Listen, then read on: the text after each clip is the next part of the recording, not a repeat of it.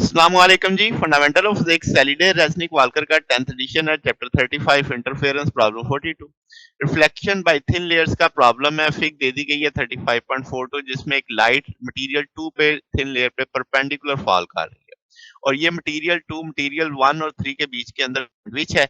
अब यहाँ से एक अपर सरफेस से रे रिफ्लेक्ट हो रही है, किसकी लोअर सरफेस से रिफ्लेक्ट हो रही है, वो इंटरफेयर करेंगी। उनकी इंटरफेयर मैक्सिमम भी हो सकती है, मिनिमम भी हो सकती है। वो कहता है डाटा आपको टेबल में दे दिया गया है, तीनों मटेरियल्स के रिफ्रैक्टिव इंडेक्स दे दिए गए हैं, ये भी बता दी गई है कि टाइप मैक्सिमम हो जाए, यानी आपकी इंटरफेरेंस कौन सी होनी चाहिए, मैक्सिमम। अब जो लेंथ है 285 नैनोमीटर के अंदर दे रहा है, वेवलेंथ हमसे निकालने को कह रहा है और वेवलेंथ वो निकालनी है जो किस रेंज की होगी, विजिबल रेंज की। तो गिवन डाटा के अकॉर्डिंग हम जानते हैं N2 बड़ा है N1 से और N2 बड़ा है N3 से।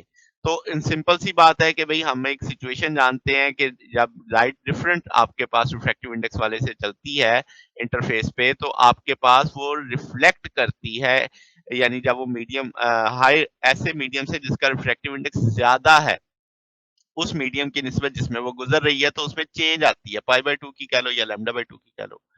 अगर ऐसी सिचुएशन ना हो तो हम कहेंगे फिर उसके फेज में कोई चेंज नहीं आएगी। अब हमारी सिचुएशन के मुताबिक तो दोनों में ही अब कोई चेंज नहीं आएगी, क्योंकि दोनों के लिहाज से उसका अपना ही का रिफ्रैक्टिव इंडेक्स ज्यादा है, जिस मटेरियल से वो गुजर रही है उसका कम है। तो अब आपके पास कंस्ट्रक्टिव की शर्त है, चूंकि हमें मैक्सिमम लाना है, तो मैक्सिमम का 2l बराबर आ जाएगा m+1/2 लैम्डा एन के।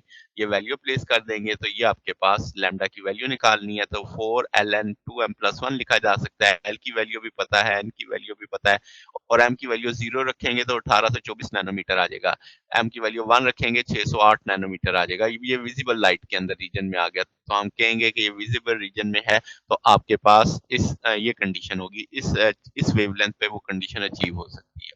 तो ये हमारे पास सोल्यूशन है। अगर आपको इसमें कोई बात पूछनी हो, डाउट हो, नीचे कमेंट्स में पूछ सकते हैं। वीडियो अच्छी लगी हो तो वीडियो को लाइक कीजिएगा, दोस्तों के साथ शेयर कीजिएगा, चैनल को सब्सक्राइब कर दीजिएगा।